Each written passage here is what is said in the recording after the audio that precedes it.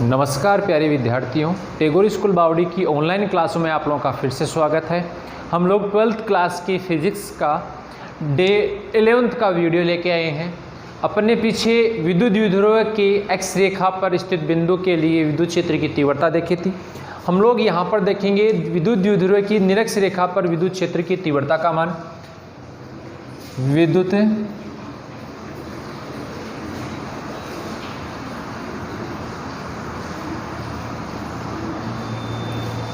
द्विध्रुव की निरक्ष रेखा पर स्थित बिंदु पर विद्युत क्षेत्र की तीव्रता का मान क्या होगा देखना। यहाँ पे हम लोग सबसे पहले यहाँ डायग्राम लेते हैं। मैं यहाँ डायग्राम बना रहा हूँ। एक में ले रहा हूँ प्लस क्यू आवेश, पहला कौन सा ले रहा हूँ मैं, प्लस क्यू आवेश, और दूसरा ले रहा हूँ माइनस क्यू आवेश। ठीक है। अब यहाँ से हम लोग ले रहे हैं ओ बिंदु से आर दूरी पर यहाँ पी बिंदु। ठीक है। कौन सा बिंदु ले लिया मैंने, पी बिंदु। ये आप लोगों के पास में टोटल दे रखा है 2a। कितना दे रखा है, 2a। अब अपन देखेंगे कि ये हो जाएगा आप लोगों के पास में a और ये हो जाएगा a। क्लियर। अब अपन देखेंगे यहाँ से आप लोगों के पास में इस p बिंदु पर विद्युत क्षेत्र की तीव्रता का मान अपन निकालते हैं। ये p बिंदु हो गया। यहाँ अपन देखते हैं कि माइनस ए प्लस क्यू आवेश के कारण जो विद्युत क्षेत्र उत्पन्न होगा उसकी डायरेक्शन उससे दूर होगी, ई प्लस वेक्टर। माइनस क्यू आवेश जो होता है इसके द्वारा जो उत्पन्न विद्युत क्षेत्र होता है उसकी जो डायरेक्शन होती है, दिशा होती है, वो इसकी ओर होती है। तो ये हो गया आप लोगों के पास में ई माइनस वेक्टर। क्लियर। अब अपन देखते हैं यहाँ जो ये पी बिंदु आ रहा है, इस पी बिंदु की मध्य बिंदु O से जो दूरी है वो स्मॉल r है, और यहाँ आप लोगों के पास में दो विद्युत क्षेत्र उत्पन्न हो रहे हैं। एक E प्लस वेक्टर है और एक E माइनस वेक्टर है। अब ये दोनों आप लोगों के पास में E प्लस वेक्टर और E माइनस वेक्टर कोई निश्चित दिशा में नहीं है, तो हम लोग यहाँ पर क्या करेंगे, इसके घटक बनाएंगे, इसके कंपाउंड बनाएंगे। देखो सबसे पहले मैं बात करता हूँ तो E प्लस वेक्टर के कंपाउंड बनाएंगे। तो यहाँ आप लोगों के एक एक्स एक्स में बनेगा और एक वाई एक्स में बनेगा। क्लियर। यहाँ अपन देखते हैं कि यहाँ आप लोगों के पास में कोण होता है थीटा, तो ये भी थीटा कोण। ये दो आप लोगों के पास में त्रिभुज बन रहे हैं। मैं यहाँ त्रिभुज ले रहा हूँ, त्रिभुज ए ओ पी व त्रिभुज बी ओ पी, दोनों क्या है, सर्वांगसम है। क्या है ये दोनों, सर्वांगसम। दोनों क्या है, सर्वांगसम है। देखो सर्वांगसम है, इसका मतलब बोलो क्या होगा। सर्वांगसम का मतलब होता है आप लोगों के पास में देखो ये दोनों भुजाएं समान है, ए है, ये दोनों एंगल हैं, ये 90 डिग्री है। एक आप लोगों के पास में जो ओपी है ये ओपी उभयनिष्ठ है। तीन जो अपने पास में तीन चाहे भुजाएं हो या कोण हो ये बराबर हो जाते हैं, तो हमारे पास में दोनों जो त्रिभुज होंगे वो सर्वांगसम त्रिभुज होंगे। हम लोग बात करते हैं सर्वांगसम जो त्रिभुज है, इसमें आप लोगों के पास में दो भुजाएं हैं। हम लोग एक ले रहे हैं AP और एक ले रहे हैं BP। यहाँ मैं दो पॉइंट ले लेता हूँ, एक पॉइंट है A और एक पॉइंट है B। जो AP की अपन बात करें तो AP का मान अपन निकालेंगे और BP का मान अपन निकालते हैं। तो देखो यहाँ पे यहाँ सर्वांगसम है, तो आप लोगों के पास में यहाँ दो स्थितियाँ बनेगी। एक तो AO बराबर BO समान है, दिया हुआ है, अपन यहाँ लिख सकते हैं दिया हुआ है। क्लियर।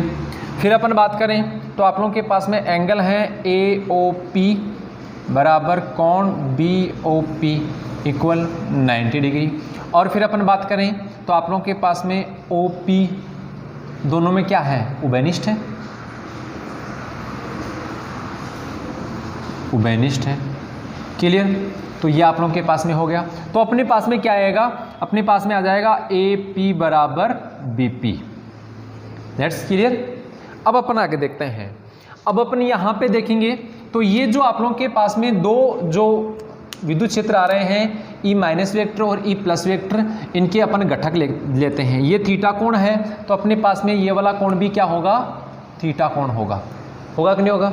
यदि ये थीटा कोण है तो ये भी क्या होगा, थीटा कोण होगा। थीटा कोण है तो देखना यहाँ पे ये जो आप लोगों के पास में आ रहा है जिसके साथ में कोई कोण होता है उसमें कोस में घटक बनता है, तो मैं ई प्लस कोस थीटा ले लेता हूँ और ये बन जाएगा आप लोगों के पास में E plus sign theta. Clear. एक आप लोग देख रहे हैं आप लोग के मान आ रहा है ई माइनस वेक्टर का, तो इसके भी दो घटक बनेंगे। एक बनेगा E minus vector cos theta और एक ये बनेगा E minus vector sine theta. Clear. तो इस प्रकार से आप लोगों के पास में घटक बन गए, दो घटक बन गए। एक आप लोगों के हैं वो लंबवत घटक है, एक क्षैतिज घटक है। अपन बोल सकते हैं कि एक तो समांतर घटक, एक लंबवत घटक। दो स्थितियां बन रही है, दो हो गए आप लोगों के पास में, दो तो हो गए हमारे पास में समांतर घटक और दो लंबवत घटक। अब अपन बात करें तो देख लेते हैं सबसे पहले समान जो आप लोगों के लंबवत घटक हैं। लंबवत घटकों से प्राप्त परिणामी विद्युत क्षेत्र का मान क्या होगा, ये हो गया आप लोगों के पास में ई लंबवत vector equal E plus vector sine theta minus E minus vector sine theta. समीकरण नंबर ये 1 हो गया, ये समीकरण 2 हो गया। ठीक है। फिर अपन बात करते हैं तो समांतर घटक की। समांतर घटक, ठीक है, ये आ जाएगी समांतर घटकों से प्राप्त परिणामी विद्युत क्षेत्र का मान क्या हो जाएगा समांतर घटक से। ये हो गया आप लोगों के पास में, यहाँ शायद दिखेगा नहीं, यहाँ लिख देता हूँ मैं। तो आप लोगों के पास में हो गया ई प्लस परिणामी के लिए अपन लेंगे ई समांतर। क्या हो गया, ये हो गया E plus vector cos theta plus E minus vector cos theta. Clear. चलो अपन आगे देखते हैं।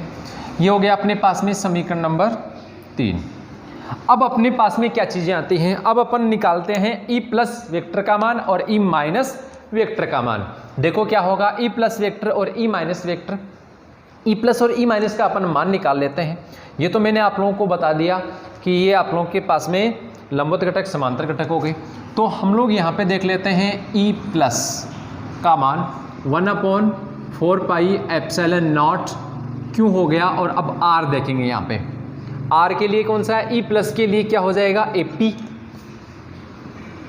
AP square. क्लियर। चूंकि जो आप लोगों के पास में पाइथागोरस प्रमेय है, अपन लेंगे त्रिभुज एओपी में, त्रिभुज एओपी में ये वाला त्रिभुज लेंगे, इसमें अपन लगाएंगे पाइथागोरस प्रमेय, जिसको आप लोग यहाँ अब की बार जो एनसीईआरटी अपना जो नया सिलेबस आया था, पीछे जो नया सिलेबस आया था उसमें इसको बोधायन प्रमेय के नाम से जानते हैं, क्योंकि इसको सबसे पहले बोधायन नामक वैज्ञानिक ने दिया था। अपन यहाँ देख लेते हैं कि अपने पास में जो एओपी जो त्रिभुज है, इस एओपी त्रिभुज में इस भुजा का मान, या आप लोगों के पास में एपी स्क्वायर बराबर AO square plus OP square, AP square बराबर, अपने को एपी स्क्वायर की वैल्यू निकालनी है, इसका क्या हो जाएगा ए स्क्वायर प्लस आर स्क्वायर, क्योंकि अपने पास में एओ की वैल्यू क्या है, ए है, और ओपी की वैल्यू क्या है, आर है, तो दोनों का स्क्वायर हो गया। अपन यहाँ क्या करते हैं, ये वैल्यू यहाँ पुट करते हैं भाई, इस एपी की वैल्यू जो है वो यहाँ पुट करेंगे तो क्या आएगा, देखना यहाँ पे, यहाँ लिख रहा हूँ मैं, तो अपने पास में आ जाएगा E plus equal 1/4 pi epsilon naught Q upon A square plus are square. ये हो गया अपने पास में समीकरण नंबर 4। क्लियर। अब अपन निकाल लेते हैं ई माइनस का मान। ई माइनस का मान क्या होगा, 1/4 pi epsilon not Q upon BP square. चूँकि एपी बराबर बीपी, तो एपी स्क्वायर बराबर बीपी स्क्वायर, और एपी स्क्वायर बराबर BP स्क्वायर बराबर A square plus R square, हो गया वो वाला मान। ठीक है, ये किस में आ रहा है आप लोग, ये किससे निकाल रहे हैं आप लोग, ये वाले त्रिभुज ले लेंगे, इसमें भी वही क्रिया लगा देंगे आप लोग, मैं यहाँ डायरेक्ट कर रहा हूँ। तो अपन यहाँ वैल्यू रखेंगे किसकी, इस BP का वैल्यू यहाँ रखेंगे तो क्या आएगा, E minus equal 1/4πε0 Q upon A square plus R square, ये समीकरण नंबर 5।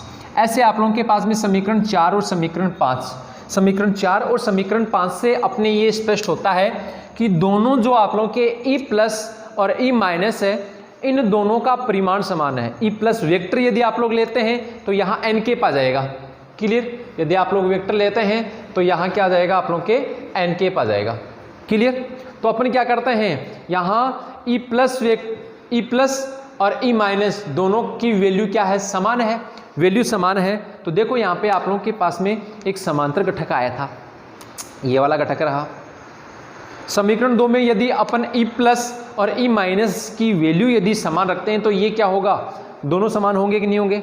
समांतर घटक एक प्लस का है एक माइनस का है, तो दोनों जो आप लोगों की स्थिति बनेगी वो क्या बनेगी, दोनों बराबर हो जाएंगे, बराबर होते ही कट जाएंगे। तो आप लोगों के पास में क्या आएगा, E लंबवत घटक जो है ये 0। इससे क्या स्पष्ट होता है कि जो हमारे पास में दो लंबवत घटक हैं, E plus vector sine theta, E minus vector sine theta, दोनों परस्पर समान परिमाण के हैं, लेकिन दिशा संरेखीय रूप से है, ध्यान रखना, रेखिक रूप से विपरीत दिशा में है।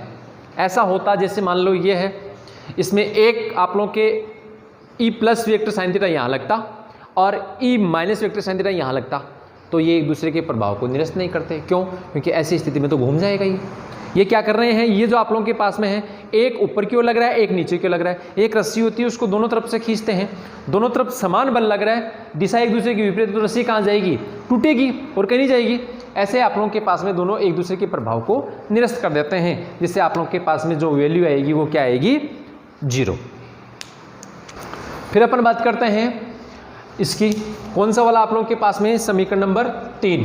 जो समीकरण 3 आ रहा है वो आप लोगों के समांतर घटक है। यदि आप लोगों के पास में ये जो स्थिति बन रही है, इस स्थिति से यदि आप लोगों के ये बन जाए, चूंकि यहाँ समीकरण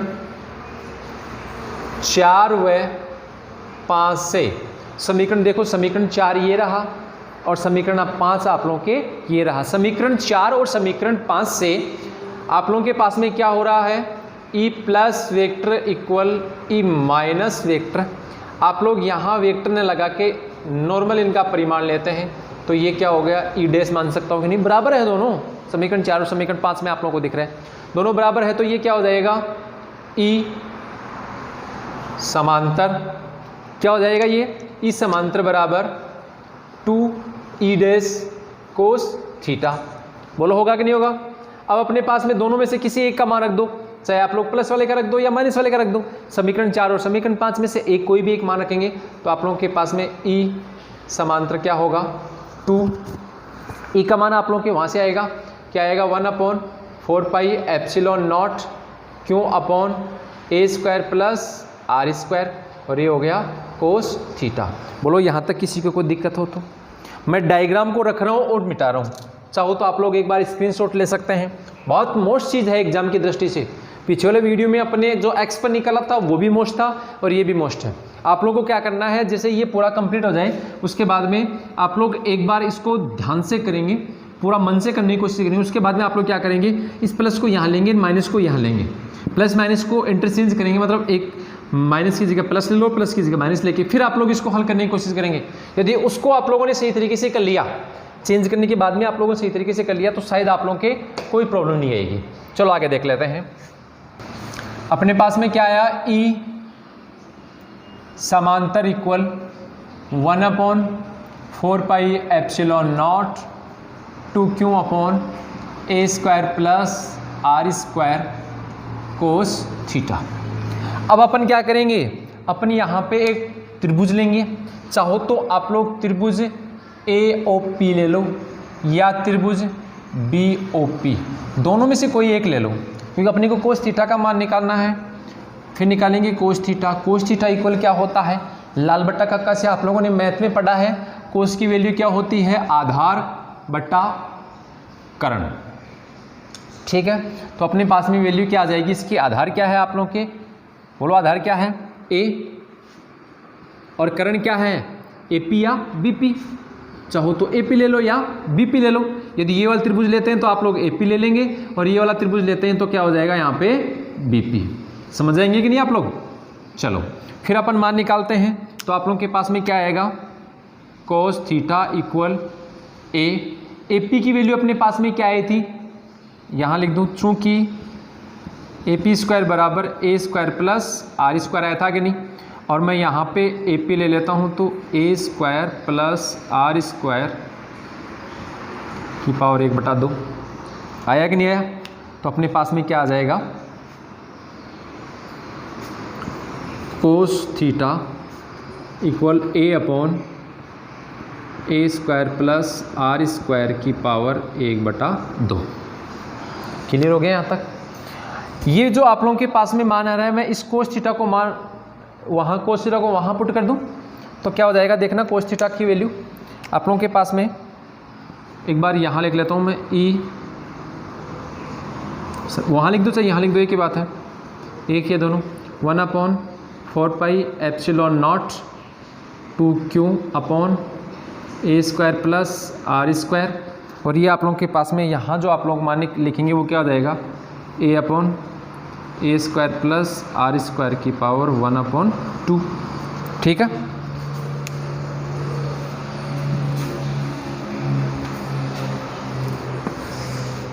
फिर अपन यहाँ इसको सोल्व करके लिखते हैं तो क्या हो जाएगा, ई समांतर क्या होगा, ई समांतर देखना 1/4 pi epsilon not Q into 2a, ऐसे लिख रहा हूँ मैं, क्यू को यहाँ लिया, 2 को यहाँ ले गया, ये हो गया ए स्क्वायर प्लस आर स्क्वायर की पावर यहाँ कितनी है 1 है, यहाँ 1/2 है, तो ये कितना हो जाएगा, दोनों को ऐड करेंगे तो 3/2 कितना हो जाएगा, 3/2 3/2। देखो कैसे हुआ, क्योंकि आप लोगों को पता है कि यदि आधार समान होता है तो घातें जुड़ जाती हैं। अपन इसको सोल्व करेंगे तो ई समांतर equal 1/4 pi epsilon not Q into 2a, ऐसे कैसे रख लो एक बार, मैं यहाँ से r कॉमन ले रहा हूँ, ये आर स्क्वायर कॉमन ले रहा हूँ, तो आर स्क्वायर कॉमन लेते हैं, यहाँ पे इसकी पावर 3/2 तो रहेगी, ये क्या हो जाएगा, यहाँ पे हो गया आप लोगों के, यहाँ 1 हो गया प्लस ए स्क्वायर बटा आर स्क्वायर की पावर 3/2, वो तो रहेगी ही। ये देखो ये 2 से 2 कैंसिल, अब क्या होगा, चूँकि P equal Q into 2a, एक चीज़ तो ये हो गई, और a लेस देन r, तो क्या हो जाएगा आप लोगों के A square upon R square nearly equal 0। तो इसकी वैल्यू क्या होगी देखना, मैं यहाँ लिख रहा हूँ ई समांतर इक्वल 1/4 पाई एप्सिलॉन नॉट, ये P हो गया, और r3, इसकी वैल्यू 0 हो गई, तो 1 में 0 जोड़ने पर 1 की कितनी पावर लगा दो, 1 ही आता है, 1 को किसी से डिवाइड कर दो, कोई फ़र्क नहीं पड़ता। ये आप लोगों के पास में समीकरण नंबर आ गया 6। ये समीकरण 6 इस विद्युत द्विध्रुव AB की निरक्ष रेखा पर स्थित बिंदु P पर विद्युत क्षेत्र को प्रदर्शित करता है। फिर इसका अपन देख लेंगे सदिश रूप। अब ये जो आप लोगों के पास में समांतर एक्स आ रहा है, ये परिणामी आप लोगों के पास में विद्युत क्षेत्र हो गया, तो मैं इस समांतर की बजाय यहाँ आप लोगों के निरक्ष लिख सकता हूँ कि नहीं, कोई दिक्कत है किसी को, मैं यहाँ लिख सकता हूँ निरक्ष। क्लियर। अब ये जो आप लोगों के पास में सदिश रूप आएगा, देखो क्या होगा सदिश रूप, ये होगा E equal 1/4 pi epsilon not P upon r3, और मैं यहाँ ले लेता हूँ वेक्टर, तो यहाँ वेक्टर लगेगा, ये निरक्ष हो गया। अब देखो ये जो आप लोगों के पास में परिणामी विद्युत क्षेत्र है, दोनों एक ही दिशा में, इसका मतलब परिणामी विद्युत क्षेत्र की दिशा कौन सी होगी, ये होगी। ये तो हो गया आप लोगों के पास में परिणामी विद्युत क्षेत्र की दिशा। और अपने पास में जो ये P है, P का वेक्टर लगा रहे हैं, तो P की दिशा क्या होती है हमेशा नेगेटिव से पॉजिटिव की ओर, तो P की दिशा क्या हो जाएगी आप लोगों के ये हो जाएगी, बोलो होगी कि नहीं? ये होगी तो आप लोगों के ये पी की दोनों की दिशा एक दूसरे के अपोजिट है, तो मैं यहाँ पे क्या ले लेता हूँ, माइनस। क्लियर? तो ये आप लोगों के पास में जो वैल्यू आई है ये समीकरण नंबर 7 है। जो परिणाम ये आप लोगों के जो विद्युत द्विध्रुव है, विद्युत द्विध्रुव की निरक्ष रेखा पर स्थित बिंदु पर विद्युत क्षेत्र की तीव्रता को प्रदर्शित करता है। बोलो यहाँ तक कोई दिक्कत हो तो चाहो तो आप लोग स्क्रीनशॉट ले सकते हो, मैं तो साइड में हो जाता हूँ, चलो स्क्रीनशॉट ले लो। चलो आगे देखते हैं। अगला अपना पॉइंट है, इसी पर है, विद्युत द्विध्रुव का ही पॉइंट है। तो अपन ये देखते हैं कि एक समान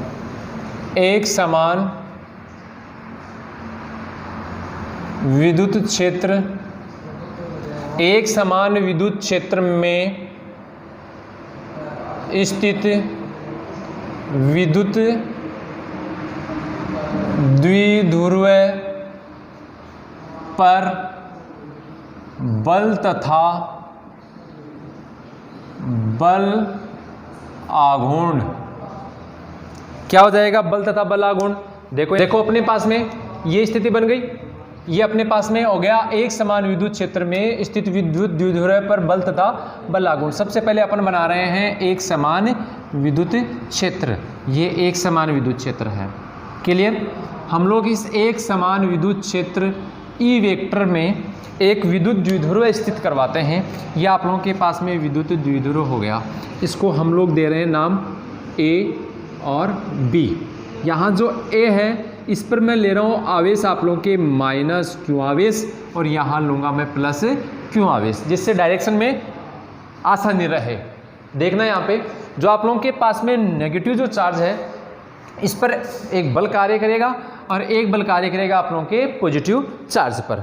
जो पॉजिटिव चार्ज और नेगेटिव चार्ज है इन पर जो बल कार्य कर रहे हैं उनका परिमाण तो समान होगा, लेकिन वो मैंने अभी बताया आप लोगों को कि ये आप लोगों के पास में द्विध्रुव है। एक बल यहाँ लग रहा है जो इसको इधर खींचने की कोशिश कर रहा है, एक बल आप लोगों के यहाँ लग रहा है, एक बल यहाँ लग रहा है जो इसको इधर खींचने की कोशिश कर रहा है। तो यदि दोनों बलों का परिमाण समान हो, दिशा विपरीत हो, तो ऐसी स्थिति में ये जो द्विध्रुव है ये घूमेगा, ना कि एक दूसरे के प्रभाव को निरस्त करेंगे। वो कब होता कि एक ही बिंदु पर ऐसे लगता तो ये प्रभाव निरस्त हो जाता, या ऐसे लगता तो प्रभाव निरस्त हो जाता। देखो यहाँ पे ये अपनी स्थिति बन गई। अब अपने पास में एक फॉर्मूला आता है, अपने पढ़ा था पीछे, E vector equal F vector upon Q. ये आया था आप लोगों के विद्युत क्षेत्र की जो परिभाषा आई थी उसमें ये आप लोगों के फॉर्मूला आया था। तो F vector equal Q E vector. मैं यहाँ आप लोगों के ले रहा हूँ, इसकी डायरेक्शन ये ले रहा हूँ, तो आप लोगों के पास में क्या हो जाएगा, F vector equal Q E vector. ये प्लस में काम कर रहा है, जबकि ये किस में काम कर रहा है, माइनस में। F vector equal minus Q E vector. बोलो कोई दिक्कत है किसी को? ये आप लोगों के पास में स्थिति बन गई। अब अपन क्या करते हैं, यहाँ पर बल और बल आघूर्ण देखेंगे। ये हो गया आप लोगों के पास में बल, तो इसको तो आप लोग बोल सकते हैं कि यदि प्लस क्यू आवेश पर जो बल काम करेगा, प्लस क्यू आवेश पर बल क्या होगा, F vector equal plus Q E vector. Plus का मतलब क्या है कि जो लगने वाला बल है ये क्या है, विद्युत क्षेत्र की दिशा में ही कार्य कर रहा है। तो ये बल हो गया आप लोगों के पास में एक। क्लियर? एक अपन बात करते हैं तो माइनस क्यू आवेश पर बल, माइनस क्यू आवेश पर जो बल काम करेगा उसके लिए आप लोगों के F vector equal minus Q E vector. ये स्थिति बन जाएगी। समीकरण मैं इसको दे सकता हूँ 1 और इसको दे दूँ 2। ये तो हो गया बल। अपने पास में हेडिंग है आप लोगों के बल तथा बल आघूर्ण। तो बल तो आप लोगों के कंप्लीट हो गया। अब अपन देख लेते हैं बल आघूर्ण। तो ये अपने पास में यहाँ आएगा। देखो क्या होगा, अपने को पता है जो बल आघूर्ण होता है उसकी परिभाषा क्या होती है। बल आघूर्ण जो होता है इसको हम लोग कोणीय बल भी बोल सकते हैं। क्या बोल सकते हैं, कोणीय बल। क्या बोल सकते हैं इसको, कोणीय बल बराबर, कोणीय बल बराबर क्या होता है, दोनों बलों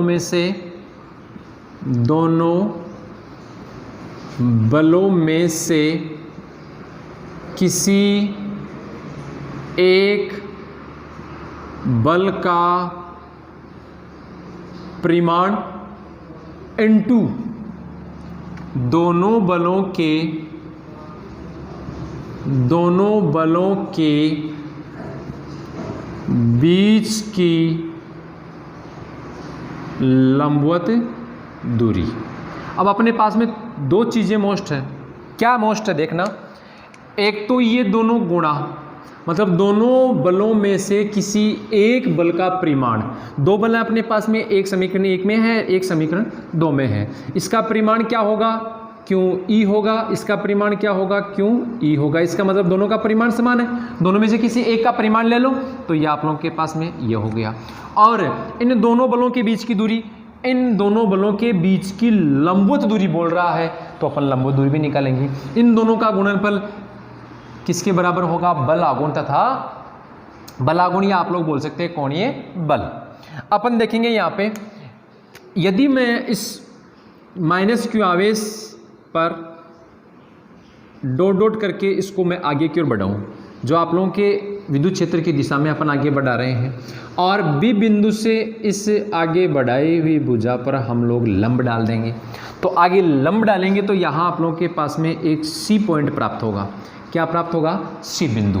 अभी अपने पास में समकोण बन गया, ये 90 डिग्री होगा कि नहीं होगा, समकोण बन गया। ये देखो यहाँ पे अपने पास में यहाँ पे एक कोण बन रहा है, ये थीटा कोण। ये थीटा कोण किस किस के बीच में है, ये डॉट डॉट जो आप लोगों ने मिलाया ये विद्युत क्षेत्र की दिशा है, और ये जो आप लोग देख रहे हैं विद्युत द्विध्रुव में जो आप लोगों के विद्युत द्विध्रुव आघूर्ण पी होता है, उस पी की दिशा है। पी की दिशा ये होगी आप लोगों के, क्लियर। यहाँ से यहाँ तक इसकी जो दूरी होगी वो क्या होगी, 2a होगी। अब अपन आगे देखते हैं, तो दोनों के बीच की लंबवत दूरी क्या हो जाएगी आप लोगों के पास में, यहाँ देखो लंबवत दूरी का मतलब ये लंब डाला हुआ है, तो लंब डालने पर ये दूरी क्या होगी, तो BC क्या होगा आप लोगों की, वो आएगा। तो मैं यहाँ लिख लूँ टो इक्वल क्यों ई, दोनों बलों में से किसी एक बल का परिमाण ये ले लिया, और लंबवत दूरी आप लोगों के पास में होगी BC। मैं इसको समीकरण दे सकता हूँ, समीकरण नंबर 3। फिर अपन बात करते हैं, तो यहाँ एक त्रिभुज आता है आप लोगों के, त्रिभुज लेंगे आप लोग ACB। तो त्रिभुज ACB में है, तो ये आप लोगों को ये तो ज्ञात करनी है। ये दिया हुआ है, ये क्या है, थीटा के सामने वाली भुजा होती है, तो ये लंब होती है, ये कर्ण है। तो लंब और कर्ण में संबंध कौन बताता है, कोस थीटा। कोस थीटा बराबर क्या होगा,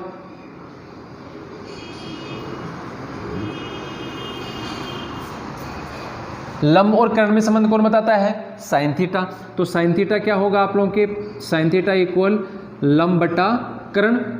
और लंब क्या होगा, लंब है आप लोगों के पास में ये BC, तो मैं यहाँ लिख लूँगा BC अपॉन 2a। AC की ये AB की जगह मैंने 2a ले लिया, तो ये क्या हो जाएगा, मैं यहाँ लिख दूँ BC equal 2a sine theta. ये हो गया आप लोगों के पास में समीकरण नंबर 4। समीकरण 3 व 4 से, समीकरण 3 और 4 क्या कह रहा है देखना, यहाँ लिख रहा हूँ मैं, टो इक्वल क्यू ई, और BC की वैल्यू क्या आ जाएगी आप लोगों के पास में 2a साइन थीटा। BC की वैल्यू क्या आ गई, 2a साइन थीटा।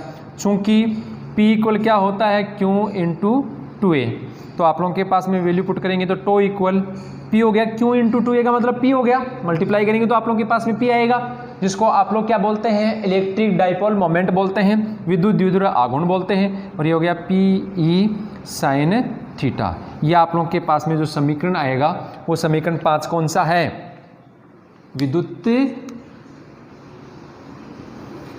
विद्युत क्षेत्र में स्थित किसी विद्युत द्विध्रुव पर लगने वाला बलागुण है।